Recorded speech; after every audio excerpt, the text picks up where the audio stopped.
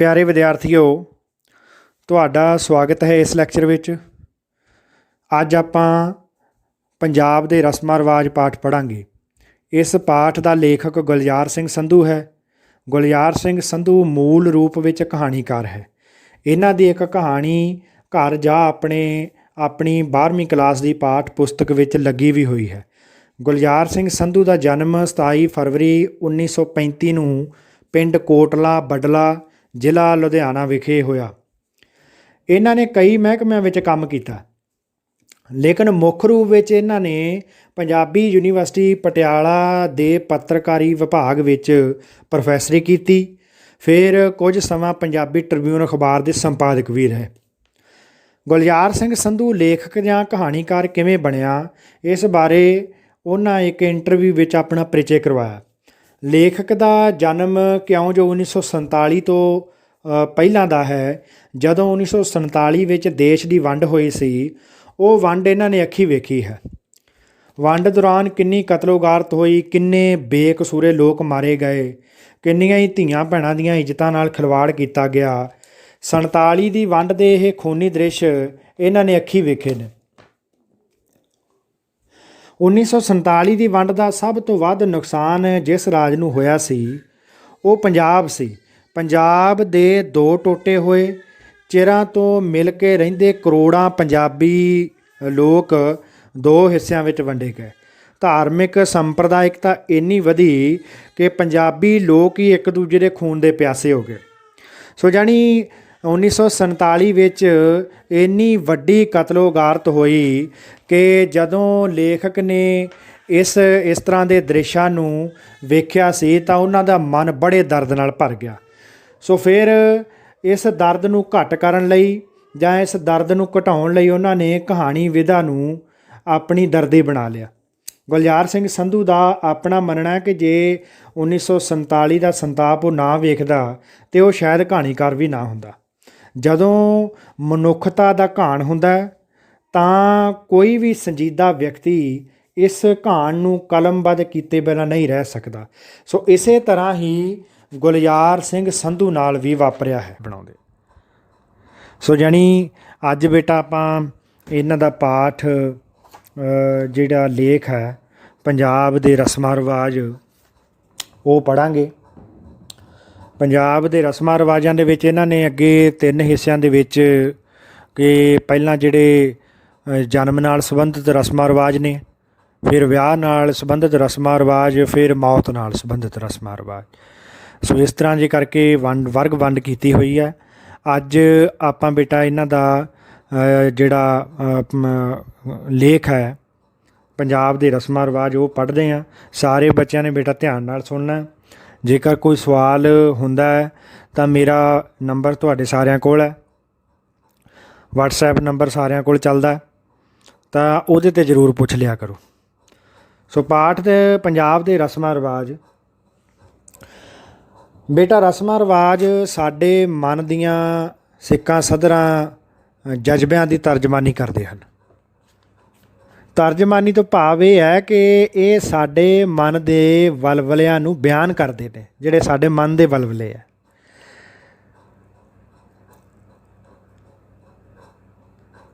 ਰਸਮਾਂ ਰਿਵਾਜ ਮਨੁੱਖ ਦੇ ਜੀਵਨ ਨੂੰ ਸੋਝ ਸਵਾਦ ਦਿੰਦੇ ਆ, ਜਾਂ ਇਹ ਕਹਿ ਲਓ ਕਿ ਇਹ ਮਨੁੱਖ ਦੇ ਜੀਵਨ ਨੂੰ ਆਨੰਦ ਭਰਪੂਰ ਬਣਾਉਂਦੇ ਆ। ਤੁਸੀਂ ਦੇਖਿਆ ਹੋਣਾ ਜਦੋਂ ਵਿਆਹ ਦੇ ਰਸਮਾਂ ਰਿਵਾਜ ਹੁੰਦੇ ਆ, ਸਿਹਰਾ ਬੰਨ੍ਹਦੇ ਆ, ਰੀਵਨ ਕੱਟਦੇ ਆ, ਅਤੇ ਇਹ ਕਿੰਨਾ ਆਨੰਦ ਭਰਦੇ ਆ ਤੁਹਾਡੇ ਜੀਵਨ 'ਚ। ਜਦੋਂ ਜੀਵ ਜਾਂ ਇਹ ਕਹਿ ਲਓ ਕਿ ਮਨੁੱਖ ਦਾ ਜਨਮ ਹੁੰਦਾ, ਜਾਂ ਉਹਦਾ ਵਿਆਹ ਹੁੰਦਾ, ਜਾਂ ਮੌਤ ਹੁੰਦੀ ਹੈ, ਤਾਂ ਇਹ ਰਸਮਾਂ ਰਿਵਾਜਾਂ ਦਾ ਅਸਲੀ ਰੂਪ ਸਾਨੂੰ ਦੇਖਣ ਨੂੰ ਮਿਲਦਾ। ਵਿਆਹ ਸਮੇਂ ਕਿੰਨੀਆਂ ਬੇਟਾ ਰਸਮਾਂ ਕੀਤੀਆਂ ਜਾਂਦੀਆਂ, ਜਨਮ ਸਮੇਂ ਕਿੰਨੀਆਂ ਕੀਤੀਆਂ ਜਾਂਦੀਆਂ, ਮੌਤ ਸਮੇਂ ਕਿੰਨੀਆਂ ਰਸਮਾਂ ਕੀਤੀਆਂ ਜਾਂਦੀਆਂ। ਇਹ ਅਸੀਂ ਜਾਣਦੇ ਹਾਂ ਪੰਜਾਬੀ ਲੋਕ ਕਿ ਉਹ ਰਸਮਾਂ ਜਿਹੜੀਆਂ ਹੈ ਉਹ ਕਿਸ ਤਰ੍ਹਾਂ ਦਾ ਆਨੰਦ ਸੂਝ ਸਾਨੂੰ ਪ੍ਰਦਾਨ ਕਰਦੀਆਂ। ਇਹਨਾਂ ਰਸਮਾਂ ਨੂੰ ਜਿਹੜਾ ਕਰਨ ਦਾ ਮੰਚ ਹੈ ਬੇਟਾ, ਉਹ ਸਾਡੇ ਘਰਾਂ ਦੇ ਵਿਹੜੇ ਹੀ ਹੁੰਦੇ ਆ, ਯਾਨੀ ਸਾਡੇ ਘਰਾਂ ਦੇ ਵਿਹੜਿਆਂ ਦੇ ਵਿੱਚ ਇਹ ਰਸਮਾਂ ਰਿਵਾਜ ਕੀਤੇ ਜਾਂਦੇ ਆ। ਹੁਣ ਮੇਨ ਗੱਲ ਜਿਹੜੀ ਬੇਟਾ ਇਹ ਹੈ ਕਿ ਰਸਮਾਂ ਰਿਵਾਜ ਨੇ ਜਿਹੜੇ ਇਹ ਕਿਵੇਂ ਪੈਦਾ ਹੋਏ ਨੇ, ਜਾਂ ਇਹ ਕਹਿ ਲਓ ਕਿ ਇਹਨਾਂ ਦੇ ਪੈਦਾ ਹੋਣ ਪਿੱਛੇ ਕੀ ਮਨੋਰਥ ਜਾਂ ਕੀ ਉਦੇਸ਼ ਕੰਮ ਕਰਦਾ ਹੋਵੇਗਾ। ਇਹ ਇੱਕ ਹੈ ਤੇ ਬੜਾ ਦਿਲਚਸਪ ਵਿਸ਼ਾ, ਕਿਉਂਕਿ ਬੜੇ ਸਾਰੇ ਸੱਭਿਆਚਾਰ ਵਿਗਿਆਨੀਆਂ ਨੇ, ਮਨੋਵਿਗਿਆਨੀਆਂ ਨੇ ਇਸ ਗੱਲ ਵੱਲ ਖੋਜ ਕੀਤੀ ਹੈ ਕਿ ਆਖਰਕਾਰ ਮਨੁੱਖ ਨੇ ਰਸਮਾਂ ਰਿਵਾਜ ਪੈਦਾ ਕੀਤੇ ਕਿਵੇਂ ਆ। ਸੋ ਮੇਨ ਗੱਲ ਬੇਟਾ ਜਿਹੜਾ ਸਾਰੰਸ਼ ਜਾਂ ਨਿਕਲ ਕੇ ਆਉਂਦਾ ਹੈ ਉਹ ਇਹ ਹੈ ਕਿ ਜਿਹੜਾ ਪਹਿਲਾ ਮਨੁੱਖ ਸੀ ਨਾ, ਮੁੱਢਲਾ ਮਨੁੱਖ, ਉਹ ਜਿਹੜਾ ਦੈਵੀ ਤਾਕਤਾਂ ਜਾਂ ਇਹ ਕਹਿ ਲਓ ਕਿ ਕੁਦਰਤੀ ਤਾਕਤਾਂ ਤੋਂ ਸਾਡੇ ਨਾਲੋਂ ਵੱਧ ਡਰਦਾ ਸੀ। ਉਹ ਇਸ ਕਰਕੇ ਉਹਨੇ ਨਾ ਬਹੁਤ ਸਾਰੇ ਡਰ ਦੇ ਵਿੱਚੋਂ ਰਸਮਾਂ ਰਿਵਾਜ ਪੈਦਾ ਕਰ ਲਏ। ਸੋ ਜਦੋਂ ਬੇਟਾ ਜੰਗਲਾਂ ਦੇ ਵਿੱਚ ਜਾਂ ਮੁੱਢਲਾ ਮਨੁੱਖ ਜਦੋਂ ਜਿਸ ਸਮੇਂ ਦੇ ਦੌਰਾਨ ਰਹਿੰਦਾ ਸੀ, ਉਹਨੂੰ ਇਹ ਗੱਲ ਦਾ ਬਿਲਕੁਲ ਨਹੀਂ ਅੰਦਾਜ਼ਾ ਸੀ ਕਿ ਉੱਪਰੋਂ ਜਦੋਂ ਪਾਣੀ ਡਿੱਗਦਾ, ਮੀਂਹ ਕਹਿੰਦੇ ਆ ਜਿਹਨੂੰ, ਇਹ ਉੱਤੋਂ ਕੌਣ ਡੇਗਦਾ ਮੀਂਹ ਨੂੰ, ਉਹਨੂੰ ਪਤਾ ਨਹੀਂ ਸੀ। ਕਈ ਵਾਰੀ ਜੰਗਲਾਂ 'ਚ ਅੱਗ ਲੱਗ ਜਾਂਦੀ ਬੇਟਾ, ਇਹ ਨਹੀਂ ਸੀ ਪਤਾ ਲੱਗਦਾ ਵੀ ਅੱਗ ਲਾਉਂਦਾ ਕੌਣ ਹੈ। ਫਿਰ ਕਈ ਵਾਰੀ ਹੜ੍ਹ ਆ ਜਾਂਦੇ, ਇਹ ਨਹੀਂ ਸੀ ਪਤਾ ਲੱਗਦਾ ਪਾਣੀ ਇੰਨਾ ਛੱਡ ਕੌਣ ਦਿੰਦਾ। ਫਿਰ ਸੋਕਾ ਪੈ ਜਾਣਾ, ਇਹ ਕੌਣ ਹੈ, ਕੋਈ ਉਹਨੂੰ ਇਹ ਲੱਗਦਾ ਹੁੰਦਾ ਸੀ ਕਿ ਕੋਈ ਨਾ ਵੱਡੀ ਚੀਜ਼ ਆ, ਵੱਡਾ ਬੰਦਾ ਸਾਡੇ ਤੋਂ, ਵੱਡੀ ਵਿਸ਼ਾਲ ਚੀਜ਼ ਆ, ਬੜੀ ਸ਼ਕਤੀ ਆ ਉਹਦੇ ਕੋਲ, ਉਹ ਇਹ ਸਾਰਾ ਕੁਛ ਕਰਦਾ। ਸੋ ਜਾਣੀ ਇਸ ਤਰ੍ਹਾਂ ਬੇਟਾ ਨਾ ਹੌਲੀ ਹੌਲੀ ਉਹਨੇ ਇਹ ਚੀਜ਼ਾਂ ਨੂੰ ਪੂਜਣਾ ਸ਼ੁਰੂ ਕਰਤਾ। ਹੁਣ ਜਦੋਂ ਲਗਾਤਾਰ ਕਈ ਵਾਰੀ ਮੀਂਹ ਪੈਂਦਾ ਅਤੇ ਉਹ ਆਪਣੇ ਕਿਸੇ ਦੇਵਤੇ ਨੂੰ ਬਣਾ ਕੇ ਮੱਥਾ ਟੇਕਦਾ, ਉਹਦੇ ਅੱਗੇ ਅਰਦਾਸ ਕਰਦਾ। ਅਤੇ ਕਈ ਵਾਰੀ ਨਾ ਬੇਟਾ ਅਰਦਾਸ ਕਰਦਿਆਂ ਜਾਂ ਇਹ ਕਹਿ ਲਓ ਵੀ ਮੀਂਹ ਹਟ ਵੀ ਜਾਂਦਾ ਸੀ। ਕਈ ਵਾਰੀ ਉਹ ਪਹਿਲਾਂ ਹੀ ਜਦੋਂ ਕਿਸੇ ਆਪਣੇ ਇਸ਼ਟ ਨੂੰ ਜਿਹੜਾ ਉਹਨੇ ਅੰਦਰੋਂ ਅੰਦਰੀ ਉਹ ਮਹਾਮਾਨਵ ਜਾਂ ਇਹ ਕਹਿ ਲਓ ਕਿ ਜਿਹੜਾ ਰੱਬ ਦਾ ਕਨਸੈਪਟ ਉਹਨੇ ਘੜ ਲਿਆ ਸੀ ਆਪਣੇ ਅੰਦਰੋਂ ਅੰਦਰੀ, ਅਤੇ ਉਹਨੂੰ ਉਹ ਜਦੋਂ ਧਿਆਉਂਦਾ ਸੀ ਨਾ ਜਾਂ ਉਹਦੇ ਬਾਰੇ ਸੋਚਦਾ ਵਿਚਾਰਦਾ ਸੀ, ਉਹਦੇ ਅੱਗੇ ਅਰਦਾਸ ਕਰਦਾ ਸੀ, ਤਾਂ ਕਈ ਵਾਰੀ ਨਾ ਹੜ੍ਹ ਆਉਂਦਾ ਵੀ ਨਹੀਂ ਸੀ।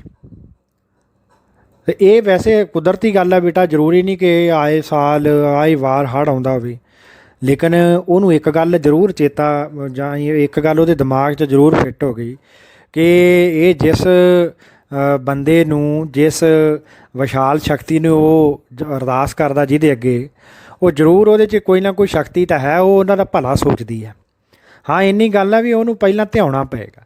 ਸੋ ਜਾਣੀ ਬੇਟਾ ਇਸ ਤਰ੍ਹਾਂ ਕਰਕੇ ਨਾ ਹੌਲੀ ਹੌਲੀ ਜਿਹੜੇ ਹੈ ਉਹਨੇ ਉਸ ਮੂਰਤੀ ਬਣਾ ਲਈ, ਅਤੇ ਮੂਰਤੀ ਅੱਗੇ ਫਿਰ ਕਈ ਤਰ੍ਹਾਂ ਦੇ ਪਕਵਾਨ, ਜਦੋਂ ਭੋਜਨ ਲਿਆਉਂਦਾ ਜੰਗਲ 'ਚੋਂ ਮਾਰ ਕੇ, ਅਤੇ ਪਹਿਲਾਂ ਉਹਨੂੰ ਖਵਾਉਂਦਾ। ਇਸ ਤਰ੍ਹਾਂ ਬੇਟਾ ਜਿਹੜਾ ਮੁੱਢ ਹੈ ਨਾ, ਉਹ ਰਸਮਾਂ ਰਿਵਾਜਾਂ ਦਾ ਇੱਥੋਂ ਹੀ ਵੱਝਣਾ ਸ਼ੁਰੂ ਹੋ ਜਾਂਦਾ। ਹੌਲੀ ਹੌਲੀ ਜਦੋਂ ਅੱਗੇ ਵੱਧਦਾ ਮਨੁੱਖ, ਵੱਧਦੇ ਜਾਂਦੇ ਆ ਉਹਨੇ, ਕਿਉਂਕਿ ਦੇਖੋ ਪਰਮਾਤਮਾ ਦਾ ਜਿਹੜਾ ਕਨਸੈਪਟ ਹੈ ਨਾ ਬੇਟਾ, ਇਹ ਦੇਖੋ ਭਾਵੇਂ ਜਨਮ ਹੋਵੇ ਬੰਦੇ ਦਾ, ਜਾਂ ਵਿਆਹ ਹੋਵੇ, ਜਾਂ ਮੌਤ ਹੋਵੇ, ਤਿੰਨਾਂ ਚੀਜ਼ਾਂ 'ਚ ਬਿਰਾਜਮਾਨ ਹੁੰਦਾ ਹੀ ਹੁੰਦਾ। ਸੋ ਜਾਣੀ ਇਸ ਨੂੰ ਨਜ਼ਰਅੰਦਾਜ਼ ਨਹੀਂ ਕੀਤਾ ਜਾ ਸਕਦਾ। ਸੋ ਸਾਰੇ ਜਿਹੜੇ ਰਸਮਾਂ ਰਿਵਾਜ ਰੀਤਾਂ ਨੇ ਉਹ ਆਲੇ ਦੁਆਲੇ ਘੁੰਮਦੇ ਰਹਿੰਦੇ ਆ ਪਰਮਾਤਮਾ ਦੇ, ਜਾਂ ਉਹਨੂੰ ਖੁਸ਼ ਕਰਨ ਦੇ ਕਰਮ ਕਾਂਡ। ਸੋ ਜਾਣੀ ਇਸ ਤਰ੍ਹਾਂ ਬੇਟਾ ਜਿਹੜੇ ਆ ਰਸਮਾਂ ਰਿਵਾਜਾਂ ਦੇ ਪੈਦਾ ਹੋਣ ਦੇ ਕਾਰਨ ਨੇ। ਅੱਛਾ, ਇਹ ਵੀ ਗੱਲ ਹੈ ਕਿ ਕਈ ਜਿਹੜੇ ਰਸਮਾਂ ਰਿਵਾਜ ਨੇ ਜਾਂ ਕਈ ਸੰਸਕਾਰ ਨੇ ਉਹ ਖੁਸ਼ੀ ਦੇ ਪ੍ਰਗਟਾਵਿਆਂ 'ਚੋਂ ਵੀ ਪੈਦਾ ਹੋਏ ਆ। ਮਨੂ ਸਿਮਰਤੀ, ਮਨੂ ਰਿਸ਼ੀ ਹੈ, ਉਹਨੇ ਇੱਕ ਗ੍ਰੰਥ ਲਿਖਿਆ ਮਨੂ ਸਿਮਰਤੀ। ਉਹਦੇ ਵਿੱਚ ਮਨੁੱਖ ਦੇ ਜੀਵਨ ਨੂੰ ਉਹਨਾਂ ਨੇ 4 ਭਾਗਾਂ 'ਚ ਵੰਡਿਆ। 4 ਭਾਗ ਕਿਹੜੇ ਆ? ਪਹਿਲਾ ਹੈ ਬ੍ਰਹਮਚਰਜ, ਦੂਜਾ ਗ੍ਰਹਿਸਥ, ਤੀਜਾ ਬਾਨਪ੍ਰਸਥ, ਚੌਥਾ ਸੰਨਿਆਸ। ਇਹ 4 ਵਰਗਾਂ ਦੇ ਵਿੱਚ ਬੰਦੇ ਦੇ ਜੀਵਨ ਨੂੰ ਵੰਡ ਲਿਆ। ਜਾਣੀ ਉਸ ਸਮੇਂ ਦੇ ਦੌਰਾਨ ਬੇਟਾ ਇਹ ਮੰਨਿਆ ਜਾਂਦਾ ਸੀ ਕਿ ਮਨੁੱਖ ਦੀ ਉਮਰ ਜਿਹੜੀ ਹੈ ਨਾ ਉਹ 100 ਸਾਲ ਹੁੰਦੀ ਹੈ। ਅਤੇ ਜਿਹੜੇ ਪਹਿਲੇ 25 ਸਾਲ ਨੇ ਉਹ ਬ੍ਰਹਮਚਰਜ ਨੇ, ਅਤੇ ਜਿਹੜੇ 25 ਤੋਂ 50 ਸਾਲ ਤੱਕ ਜਿਹੜੀ ਉਮਰ ਹੈ ਉਹਨੂੰ ਗ੍ਰਹਿਸਥ ਮੰਨਿਆ ਗਿਆ, ਅਤੇ 50 ਤੋਂ 75 ਸਾਲ ਤੱਕ ਬਾਨਪ੍ਰਸਥ, ਅਤੇ 75 ਤੋਂ 100 ਸਾਲ ਤੱਕ ਸੰਨਿਆਸ। ਜਿਹੜਾ ਇਸ ਤਰ੍ਹਾਂ 4 ਵਰਗਾਂ ਦੇ ਵਿੱਚ ਬੰਦੇ ਦੀ ਉਮਰ ਨੂੰ ਵੰਡਿਆ ਗਿਆ। ਅਤੇ ਹਰੇਕ ਜਿਹੜਾ ਆਸ਼ਰਮ ਜਾਂ ਇਹ ਕਹਿ ਲਓ ਕਿ ਬ੍ਰਹਮਚਰਜ ਆਸ਼ਰਮ ਗ੍ਰਹਿਸਥ ਆਸ਼ਰਮ, ਬਾਨਪ੍ਰਸਥ ਆਸ਼ਰਮ, ਸੰਨਿਆਸ ਇਹ ਜਿਹੜੇ 4 ਬਣਾਏ ਗਏ ਸੀ, ਵਰਗ ਵੰਡ ਕੀਤੀ ਗਈ ਸੀ। ਇਹਨਾਂ ਦੇ ਨਾ ਹਰੇਕ ਦੇ ਆਪੋ ਆਪਣੇ ਸੰਸਕਾਰ ਸੀ। ਜਿਹੜੇ ਪਹਿਲੇ 25 ਸਾਲ ਨੇ ਜਿਹਦੇ 'ਚ ਬੰਦੇ ਨੇ ਬ੍ਰਹਮਚਰਜ ਜੀਵਨ ਨਿਭਾਉਣਾ, ਉਹਦੇ 'ਚ ਕੀ ਸੀ ਕਿ ਉਹਨੇ ਪੜ੍ਹਨਾ ਲਿਖਣਾ ਬੜਾ, ਪੜ੍ਹ ਲਿਖ ਕੇ ਉਹ ਜਿਹੜਾ ਹੈ ਅਧਿਐਨ ਕਰਨਾ, ਆਪਣੀ ਬੁੱਧੀ ਨੂੰ ਵਿਕਸਿਤ ਕਰਨਾ। ਫਿਰ ਜਿਹੜਾ ਗ੍ਰਹਿਸਥ ਹੈ ਉਹਦੇ 'ਚ ਇਹ ਸੀਗਾ ਵੀ ਉਹ ਵਿਆਹ ਕਰਾ ਸਕਦਾ, ਬੱਚੇ ਪੈਦਾ ਕਰ ਸਕਦਾ। ਅਤੇ ਜਿਹੜਾ ਬਾਨਪ੍ਰਸਥ ਸੀ ਉਹਦੇ 'ਚ ਇਹ ਸੀ ਬੇਟਾ ਕਿ ਉਹ ਬੰਦਾ ਜਿਹੜਾ ਹੈ ਉਹ ਵੇਦਾਂ ਦਾ ਅਧਿਐਨ ਕਰੇਗਾ, ਜਿਹੜੀ ਆਪਣੀ ਸੰਸਕ੍ਰਿਤੀ ਆ ਉਹਨੂੰ ਮਜ਼ਬੂਤ ਕਰੇਗਾ ਅਤੇ ਉਹਨੂੰ ਆਪਣੇ ਬੱਚਿਆਂ ਨੂੰ ਦੱਸੇਗਾ। ਅਤੇ ਜਿਹੜਾ ਲਾਸਟ ਸੀ ਸੰਨਿਆਸ, ਜਿਹਨੂੰ ਆਪਾਂ 75 ਤੋਂ 100 ਸਾਲ ਮੰਨਿਆ, ਉਹਦੇ ਵਿੱਚ ਇਹ ਸੀ ਬੇਟਾ ਕਿ ਬੰਦੇ ਨੇ ਨਾ ਸਾਰੀਆਂ ਜ਼ਿੰਮੇਵਾਰੀਆਂ ਤੋਂ ਫਾਰਗ ਹੋ ਜਾਣਾ। ਉਹਨੇ ਆਪਣੀਆਂ ਘਰ ਦੀਆਂ ਜਾਂ ਸੰਸਾਰ ਦੀਆਂ ਸਾਰੀਆਂ ਜ਼ਿੰਮੇਵਾਰੀਆਂ ਤੋਂ ਕੱਟ ਆਫ ਹੋ ਜਾਣਾ ਅਤੇ ਲਾਸਟ ਜਿਹੜੇ 25 ਸਾਲ ਸੀ ਉਹਦੇ 'ਚ ਉਹਨੇ ਪਰਮਾਤਮਾ ਦਾ ਧਿਆਨ ਧਰਨਾ ਸੀ। ਯਾਨੀ ਲਾਸਟ 25 ਸਾਲ ਪਰਮਾਤਮਾ ਦੇ ਹਿੱਸੇ ਜਿਹੜੇ ਆ ਉਹ ਕਰ ਦਿੱਤੇ ਜਾਂਦੇ ਸੀ। ਸੋ ਇਸ ਤਰ੍ਹਾਂ ਬੇਟਾ ਨਾ ਇਹ ਚਾਰੇ ਜਿਹੜੇ ਵਰਗ ਵੰਡ ਕੀਤੀ ਹੋਈ ਸੀ, ਆਸ਼ਰਮ ਸੀ, ਇਹਨਾਂ ਦੇ ਚਾਰਾਂ ਦੇ ਵਿੱਚ ਚਾਰਾਂ ਦੇ ਵੱਖਰੀ ਵੱਖਰੀ ਤਰ੍ਹਾਂ ਦੇ ਸੰਸਕਾਰ ਸੀਗੇ, ਜਾਂ ਇਹ ਕਹਿ ਲਓ ਵੀ ਵੱਖਰੀ ਵੱਖਰੀ ਤਰ੍ਹਾਂ ਦੇ ਇਹਨਾਂ ਦੇ ਰਸਮਾਂ ਰਿਵਾਜ ਸੀ ਇਹਦੇ 'ਚ। ਸੋ ਯਾਨੀ ਇਹਨਾਂ ਚੀਜ਼ਾਂ ਨੇ ਵੀ ਬੇਟਾ ਜਿਹੜੇ ਆ ਰਸਮਾਂ ਰਿਵਾਜਾਂ ਨੂੰ ਜਨਮ ਦਿੱਤਾ।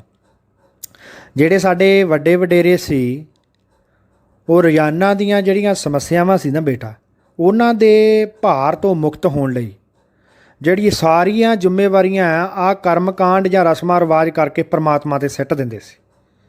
ਸੋ ਇਹ ਇੱਕ ਮਾਨਸਿਕ ਤੌਰ 'ਤੇ ਇਹ ਕਹਿ ਲਓ ਕਿ ਬੰਦੇ ਦੇ ਕੋਈ ਉਹਦੇ ਮਨ 'ਤੇ ਕੋਈ ਗੁੰਝਲ ਬਣੇ ਇੱਦੋਂ ਪਹਿਲਾਂ ਉਹ ਸਾਰੀ ਦੀ ਸਾਰੀ ਜ਼ਿੰਮੇਵਾਰੀ ਹੈ ਕੋਈ ਕਰਮ ਕਾਂਡ ਜਾਂ ਰਸਮਾਂ ਰਿਵਾਜ ਕਰਕੇ ਪਰਮਾਤਮਾ 'ਤੇ ਸਿੱਟ ਦਿੰਦਾ ਸੀ। ਉਹ ਇਸ ਨਾਲ ਉਹਨੂੰ ਬੜਾ ਆਨੰਦ ਵੀ ਮਿਲਦਾ ਸੀ ਅਤੇ ਉਹਦੀ ਮਾਨਸਿਕ ਸ਼ਾਂਤੀ ਵੀ ਮਿਲਦੀ ਸੀ। ਸੋ ਅੱਜ ਬੇਟਾ ਨਾ ਬਹੁਤ ਸਾਰੇ ਜਿਹੜੇ ਸੰਸਕਾਰ ਹੈ, ਰਸਮਾਂ ਰਿਵਾਜ ਅਲੋਪ ਵੀ ਹੋ ਗਏ ਆ। ਇਹਨਾਂ ਨੇ ਬੇਟਾ ਵੈਸੇ ਹੋਣਾ ਹੀ ਹੁੰਦਾ, ਜਿਹੜੇ ਰਸਮਾਂ ਰਿਵਾਜਾਂ ਦਾ ਕੋਈ ਬਹੁਤਾ ਉਹਨਾਂ ਦੀ ਸੋਸ਼ਲ ਰੈਲੇਵੈਂਸ ਨਹੀਂ ਹੁੰਦੀ, ਸਾਰਥਿਕਤਾ ਨਹੀਂ ਹੁੰਦੀ, ਉਹਨਾਂ ਨੇ ਹੌਲੀ ਹੌਲੀ ਆਪਣੇ ਆਪ ਅਲੋਪ ਹੋ ਜਾਣਾ ਹੁੰਦਾ। ਸੋ ਇਸ ਲਈ ਜਿਹੜੇ ਰਸਮਾਂ ਰਿਵਾਜਾਂ 'ਚੋਂ ਬੰਦੇ ਨੂੰ ਆਨੰਦ ਮਿਲਦਾ ਜਾਂ ਉਹਨੂੰ ਮਾਨਸਿਕ ਸ਼ਾਂਤੀ ਮਿਲਦੀ ਆ, ਉਹ ਲਗਾਤਾਰ ਚੱਲਦੇ ਰਹਿੰਦੇ ਆ। ਸੋ ਬਹੁਤ ਸਾਰੇ ਪੰਜਾਬੀ ਸੱਭਿਆਚਾਰ ਦੇ ਵਿੱਚੋਂ ਬੇਟਾ ਬੜੇ ਜਿਹੜੇ ਸੰਸਕਾਰ ਸੀ ਨਾ, ਰਸਮਾਂ ਰਿਵਾਜ ਸੀ, ਉਹ ਬੜੇ ਅਲੋਪ ਵੀ ਹੋ ਗਏ ਆ, ਸਾਨੂੰ ਉਹਨਾਂ ਬਾਰੇ ਪਤਾ ਵੀ ਨਹੀਂ ਹੈ। ਸੋ ਲੇਕਿਨ ਜਿਹੜੇ ਚੱਲ ਰਹੇ ਆ ਇਹ ਉਹ ਹੈ ਜਿਨ੍ਹਾਂ ਤੋਂ ਬੰਦੇ ਨੂੰ ਆਨੰਦ ਮਿਲਦਾ, ਜਿਨ੍ਹਾਂ ਤੋਂ ਬੰਦੇ ਨੂੰ ਮਾਨਸਿਕ ਸ਼ਾਂਤੀ ਮਿਲਦੀ ਹੈ। ਅੱਜ ਵੀ ਵਿਆਹ ਦੇ ਕਿੰਨੇ ਰਸਮਾਂ ਰਿਵਾਜ ਨੇ, ਮਰਨ ਸਮੇਂ ਕਿੰਨੇ ਰਸਮਾਂ ਰਿਵਾਜ ਕੀਤੇ ਜਾਂਦੇ ਆ, ਬੱਚੇ ਦੇ ਜਨਮ ਵੇਲੇ ਕਿੰਨੇ ਰਸਮਾਂ ਰਿਵਾਜ ਕੀਤੇ ਜਾਂਦੇ ਆ, ਸਾਰਿਆਂ ਨੂੰ ਸਾਨੂੰ ਪਤਾ।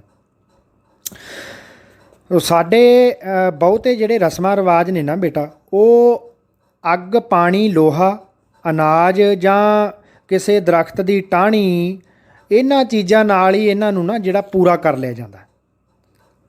ਅੱਗ ਨੂੰ ਬੇਟਾ ਚਾਨਣ ਦਾ ਪ੍ਰਤੀਕ ਮੰਨ ਲਿਆ ਜਾਂਦਾ, ਪਾਣੀ ਨੂੰ ਸ਼ੁੱਧਤਾ ਦਾ ਪ੍ਰਤੀਕ ਮੰਨ ਲਿਆ ਜਾਂਦਾ। ਤੁਹਾਨੂੰ ਪਤਾ ਹੋਵੇਗਾ ਕਿ ਕਈ ਵਾਰੀ ਨਾ ਸਾਡੇ ਬਜ਼ੁਰਗ ਜਾਂ ਇਹ ਗੱਲ ਕਹਿ ਦਿੰਦੇ ਆ ਕਿ ਬੱਚੇ ਦੇ ਜਿਹੜੇ ਆ ਸਿਰਹਾਣੇ ਵਾਲੇ ਪਾਸੇ ਪਾਣੀ ਧਰ ਦਿਓ ਜਾਂ ਕਿਸੇ ਬਜ਼ੁਰਗ ਦੇ।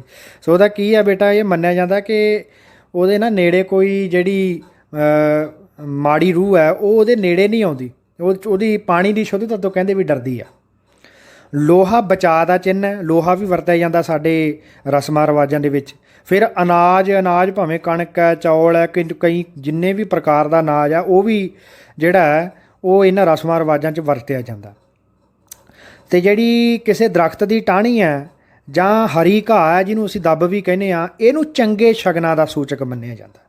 ਸੋ ਜਾਣੀ ਇਹ ਸਾਰੀਆਂ ਚੀਜ਼ਾਂ ਬੇਟਾ ਦੇਖੋ, ਅੱਗ ਨੂੰ ਚਾਨਣ ਦਾ ਪ੍ਰਤੀਕ ਮੰਨ ਲਿਆ ਜਾਂਦਾ, ਪਾਣੀ ਨੂੰ ਸ਼ੁੱਧਤਾ ਦਾ ਪ੍ਰਤੀਕ ਮੰਨ ਲਿਆ ਜਾਂਦਾ, ਲੋਹੇ ਨੂੰ ਬਚਾਅ ਦਾ, ਅਨਾਜ ਨੂੰ ਚੜ੍ਹਾਵੇ ਦਾ ਮੰਨ ਲਿਆ ਜਾਂਦਾ, ਅਤੇ ਜਿਹੜਾ ਹਰੀ ਘਾਹ ਜਾਂ ਕੋਈ ਟਾਹਣੀ ਹੈ ਦਰਖਤ ਦੀ ਉਹਨੂੰ ਦੱਬ ਮੰਨ ਲੈਂਦੇ ਆ।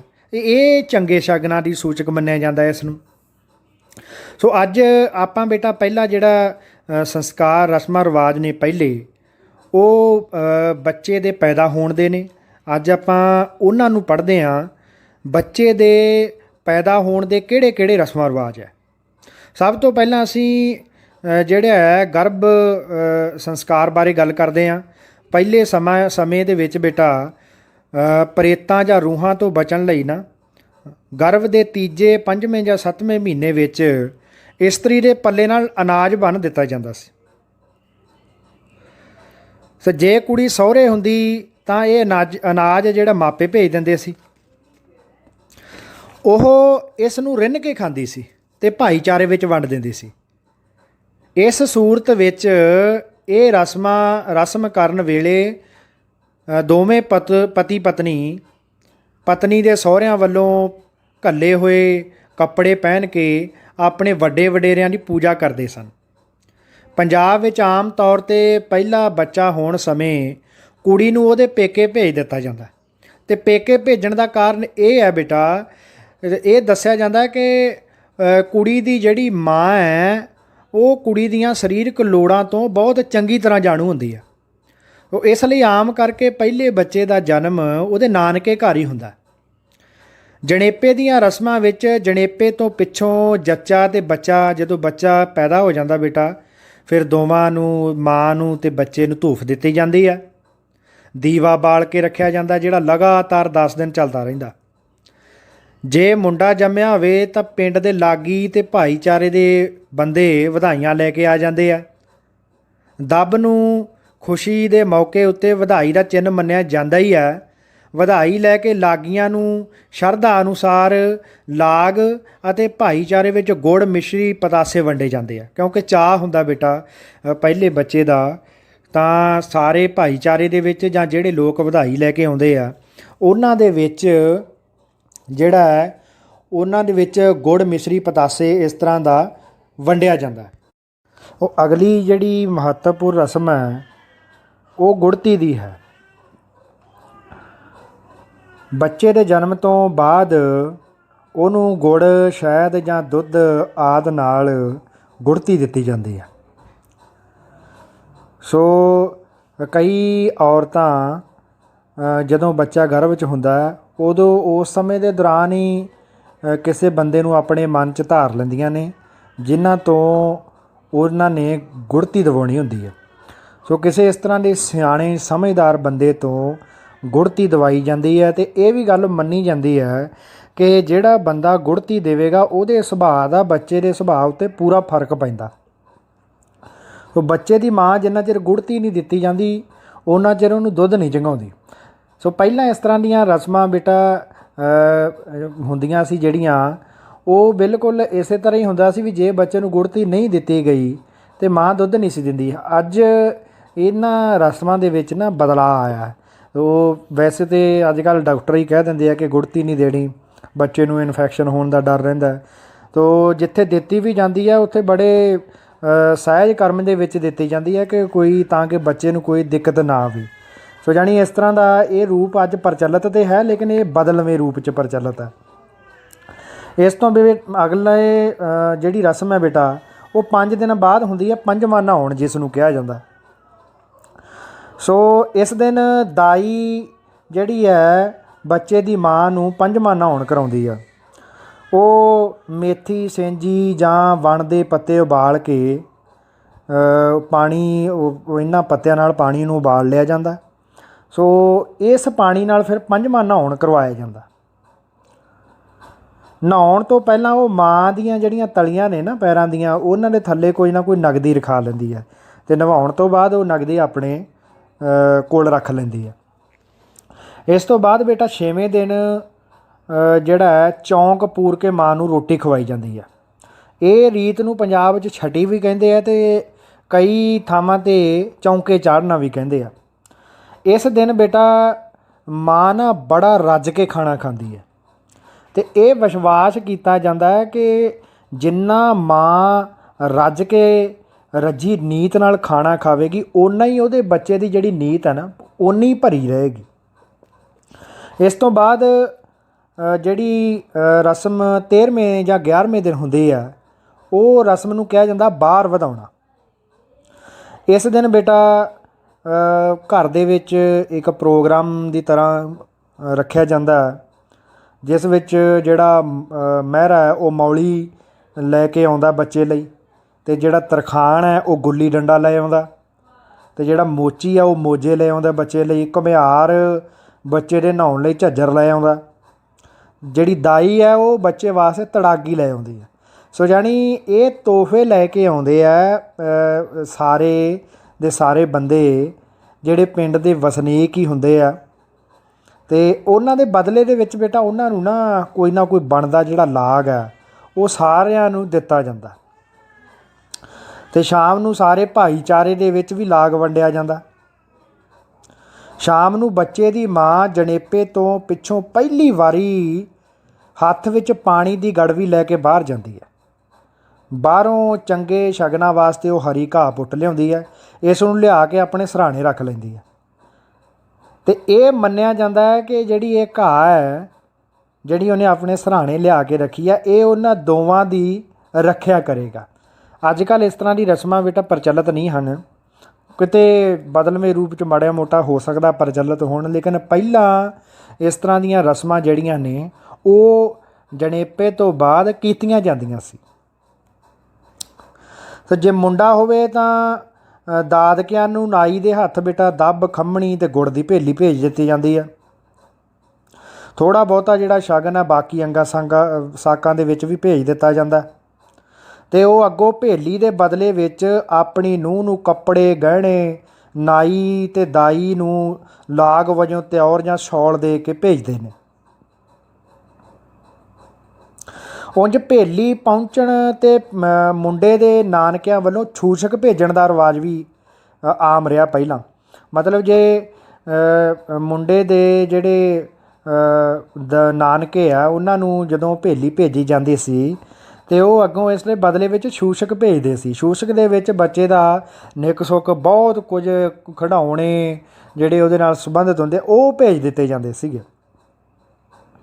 ਅਤੇ ਮੁੰਡੇ ਦੇ ਜਨਮ ਤੋਂ ਪਿੱਛੋਂ ਆਉਣ ਵਾਲੀ ਲੋਹੜੀ ਉੱਤੇ ਮੁੰਡੇ ਕੁੜੀਆਂ ਭੇਲੀ ਮੰਗ ਕੇ ਖਾਂਦੇ ਨੇ।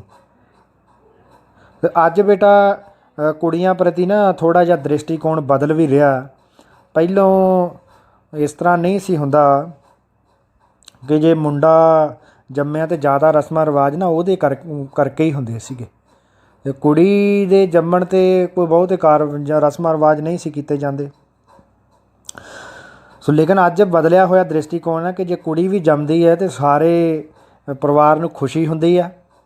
ਪਰਿਵਾਰ ਛੋਟੇ ਹੋ ਗਏ, ਇਸ ਲਈ ਕੋਈ ਵੀ ਬੱਚਾ ਪੈਦਾ ਹੋਵੇ ਉਹਦੀ ਖੁਸ਼ੀ ਮਨਾਈ ਜਾਂਦੀ ਹੈ। ਜਿੰਨੀਆਂ ਕੁ ਰਸਮਾਂ ਮੁੰਡੇ ਵੇਲੇ ਕਰੀਆਂ ਜਾਂਦੀਆਂ ਉਹ ਕੁੜੀ ਵੇਲੇ ਵੀ ਬੇਟਾ ਕੀਤੀਆਂ ਜਾਂਦੀਆਂ। ਸੋ ਅਗਲੀ ਜਿਹੜੀ ਰਸਮ ਹੈ ਬੇਟਾ ਨਾਮ ਰੱਖਣ ਦੀ ਹੈ, ਜਿਹਨੂੰ ਆਪਾਂ ਨਾਮ ਸੰਸਕਾਰ ਕਹਿੰਦੇ ਹਾਂ। ਵੈਸੇ ਨਾਮ ਸੰਸਕਾਰ ਵਾਸਤੇ ਨਾ ਕੋਈ ਬਹੁਤੀ ਇਹ ਕਹਿ ਲੈ ਵੀ ਰਸਮ ਗੂੜ੍ਹੀ ਕੋਈ ਰਸਮ ਇਸ ਸੰਬੰਧ ਦੇ ਵਿੱਚ ਨਹੀਂ ਮਿਲਦੀ, ਪਰ ਅੱਜ ਕੱਲ੍ਹ ਇਹ ਵੀ ਚੱਲਦਾ ਹੈ ਕਿ ਜਦੋਂ ਨਾਮ ਰੱਖਣਾ ਹੁੰਦਾ ਹੈ, ਭਾਵੇਂ ਉਹ ਹਿੰਦੂ ਭਾਈਚਾਰੇ ਦੇ ਲੋਕ ਹੋਣ ਜਾਂ ਸਿੱਖ ਜੇ ਜਾਂ ਮੁਸਲਿਮ, ਉਹ ਆਪਣੇ ਗ੍ਰੰਥ 'ਚੋਂ ਨਾ ਜਦੋਂ ਗ੍ਰੰਥ ਨੂੰ ਖੋਲ੍ਹਿਆ ਜਾਂਦਾ ਜਿਹੜਾ ਪਹਿਲਾ ਅੱਖਰ ਉਹਦੇ 'ਤੇ ਆਉਂਦਾ, ਜਿਹੜਾ ਪਹਿਲਾ ਸ਼ਬਦ ਆਉਂਦਾ ਉਹਦੇ ਪਹਿਲੇ ਅੱਖਰ ਦਾ ਨਾਮ ਰੱਖ ਲਿਆ ਜਾਂਦਾ। ਸੋ ਇਹ ਜ਼ਰੂਰੀ ਵੀ ਨਹੀਂ, ਕਈ ਵਾਰੀ ਭਾਈਚਾਰੇ ਦੇ ਵਿੱਚੋਂ ਕੋਈ ਚੰਗਾ ਨਾਂ ਦੱਸ ਦੇਵੇ ਅਤੇ ਉਹ ਵੀ ਰੱਖ ਲਿਆ ਜਾਂਦਾ।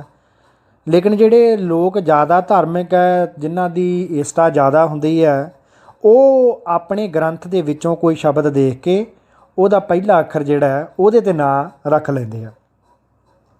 ਸੋ ਹਿੰਦੂ ਪਰਿਵਾਰਾਂ ਦੇ ਵਿੱਚ ਮੁੰਡਨ ਸੰਸਕਾਰ ਕੀਤਾ ਜਾਂਦਾ ਬੇਟਾ, ਇਹ ਤੀਜੇ ਤੋਂ 5ਵੇਂ ਸਾਲ ਵਿੱਚ ਕੀਤਾ ਜਾਂਦਾ। ਆਮ ਤੌਰ 'ਤੇ ਬੇਟਾ ਇਹ ਸੰਸਕਾਰ ਅਜਿਹੇ ਸਥਾਨ ਉੱਤੇ ਕੀਤਾ ਜਾਂਦਾ ਜਿੱਥੇ ਦੀ ਬੱਚੇ ਦੇ ਮਾਪਿਆਂ ਨੇ ਸੁੱਖ ਸੁੱਖੀ ਹੋਵੇ। ਕਈ ਵਾਰੀ ਸੁੱਖ ਲੈਂਦੇ ਆ ਬੱਚੇ ਦੇ ਜਨਮ ਤੋਂ ਪਹਿਲਾਂ, ਫਿਰ ਉੱਥੇ ਜਾ ਕੇ ਮੁੰਡਨ ਸੰਸਕਾਰ ਦੀ ਰਸਮ ਜਿਹੜੀ ਆ ਉਹ ਅਦਾ ਕੀਤੀ ਜਾਂਦੀ ਆ। ਅਤੇ ਮੁੰਡਨ ਤੋਂ ਪਿੱਛੋਂ ਜਨੇਊ ਪਹਿਨਣ ਤੱਕ ਪੰਜਾਬ ਦੇ ਹਿੰਦੂ ਆਮ ਤੌਰ 'ਤੇ ਹੋਰ ਕੋਈ ਵਿਸ਼ੇਸ਼ ਸੰਸਕਾਰ ਜਾਂ ਰਸਮ ਨਹੀਂ ਕਰਦੇ। ਜਿਵੇਂ ਹਿੰਦੂ ਜਨੇਊ ਪਹਿਨਦੇ ਨੇ, ਇਸੇ ਤਰ੍ਹਾਂ ਸਿੱਖ ਅੰਮ੍ਰਿਤ ਛਕਦੇ ਨੇ ਬੇਟਾ।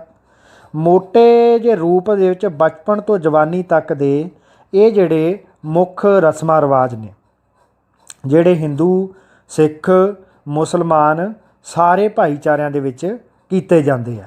ਸੋ ਕੁਝ ਨਾ ਕੁਝ ਬਦਲਿਆ ਵੀ ਹੈ ਬੇਟਾ, ਕਿਉਂਕਿ ਪਹਿਲਾਂ ਰਸਮਾਂ ਰਿਵਾਜ ਸੀ ਜਿਹੜੇ ਹੋਰ ਤਰੀਕੇ ਨਾਲ ਸੀਗੇ। ਇਸ ਪਾਠ ਦੇ ਵਿੱਚ ਅਸੀਂ ਪੜ੍ਹਿਆ ਹੀ ਹੈ ਕਿ ਇੰਨਾ ਕੁਝ ਜਿਹੜਾ ਅਸੀਂ ਪੜ੍ਹ ਕੇ ਆਏ ਹਾਂ ਬੱਚੇ ਦੇ ਜਨਮ ਵੇਲੇ ਦੇ ਰਸਮਾਂ ਰਿਵਾਜ, ਉਹ ਓਨਾ ਕੁਝ ਨਹੀਂ ਹੁਣ ਕੀਤਾ ਜਾਂਦਾ। ਹੁਣ ਤਾਂ ਕੁਛ ਮੇਨ ਰਸਮਾਂ ਰਿਵਾਜ ਰਹਿ ਗਏ ਆ। ਸੋ ਲੇਕਿਨ ਬੇਟਾ ਇਹਨਾਂ ਨੂੰ ਜਿਹੜੇ ਰਸਮਾਂ ਰਿਵਾਜ ਬਚਦੇ ਆ ਜਾਂ ਜਿਹੜੇ ਰਸਮਾਂ ਰਿਵਾਜ ਅੱਜ ਕੱਲ੍ਹ ਅਸੀਂ ਕਰਦੇ ਹਾਂ, ਇਹ ਉਹੋ ਹੀ ਹੈ ਜਿਹੜੇ ਸਾਨੂੰ ਸੂਝ ਜਾਂ ਆਨੰਦ ਪ੍ਰਦਾਨ ਕਰਦੇ ਆ। ਕੋਈ ਰੂੜ ਗੱਲਾਂ ਜਿਨ੍ਹਾਂ ਦੀ ਕੋਈ ਬਹੁਤੀ ਸਾਰਥਕਤਾ ਨਹੀਂ ਹੁੰਦੀ, ਉਹ ਹੌਲੀ ਹੌਲੀ ਸਾਡੇ ਸੱਭਿਆਚਾਰ ਵਿੱਚੋਂ ਆਪਣੇ ਆਪ ਨਿਕਲ ਜਾਂਦੀਆਂ। ਸੋ ਅੱਜ ਬੇਟਾ ਇੰਨਾ ਹੀ ਬਹੁਤ ਹੈ। ਆਪਾਂ ਬੱਚੇ ਦੇ ਜਨਮ ਦੇ ਰਸਮਾਂ ਰਿਵਾਜ ਕੀਤੇ ਹੈ, ਇਸ ਨੂੰ ਤੁਸੀਂ ਧਿਆਨ ਨਾਲ ਸੁਣਿਆ ਹੈ। ਸਾਰੇ ਬੱਚਿਆਂ ਦਾ ਬਹੁਤ ਬਹੁਤ ਧੰਨਵਾਦ। ਆਪਾਂ ਅਗਲੇ ਜਿਹੜਾ ਲੈਕਚਰ ਹੈ ਉਹਦੇ ਵਿੱਚ ਬੰਦੇ ਦੇ ਵਿਆਹ, ਬੱਚੇ ਦੇ ਵਿਆਹ ਅਤੇ ਉਹ ਬੰਦੇ ਦੀ ਮੌਤ ਦੇ ਨਾਲ ਸੰਬੰਧਿਤ ਜਿਹੜੇ ਰਸਮਾਂ ਰਿਵਾਜ ਹੈ ਉਹਨਾਂ ਬਾਰੇ ਗੱਲਬਾਤ ਕਰਾਂਗੇ। ਉਦੋਂ ਤੱਕ ਲਈ ਬੇਟਾ ਸਾਰੇ ਬੱਚਿਆਂ ਦਾ ਧੰਨਵਾਦ। ਸਾਰਿਆਂ ਨੇ ਧਿਆਨ ਨਾਲ ਸੁਣਿਆ। ਸਾਰੇ ਬੱਚਿਆਂ ਦਾ ਬਹੁਤ ਬਹੁਤ ਧੰਨਵਾਦ।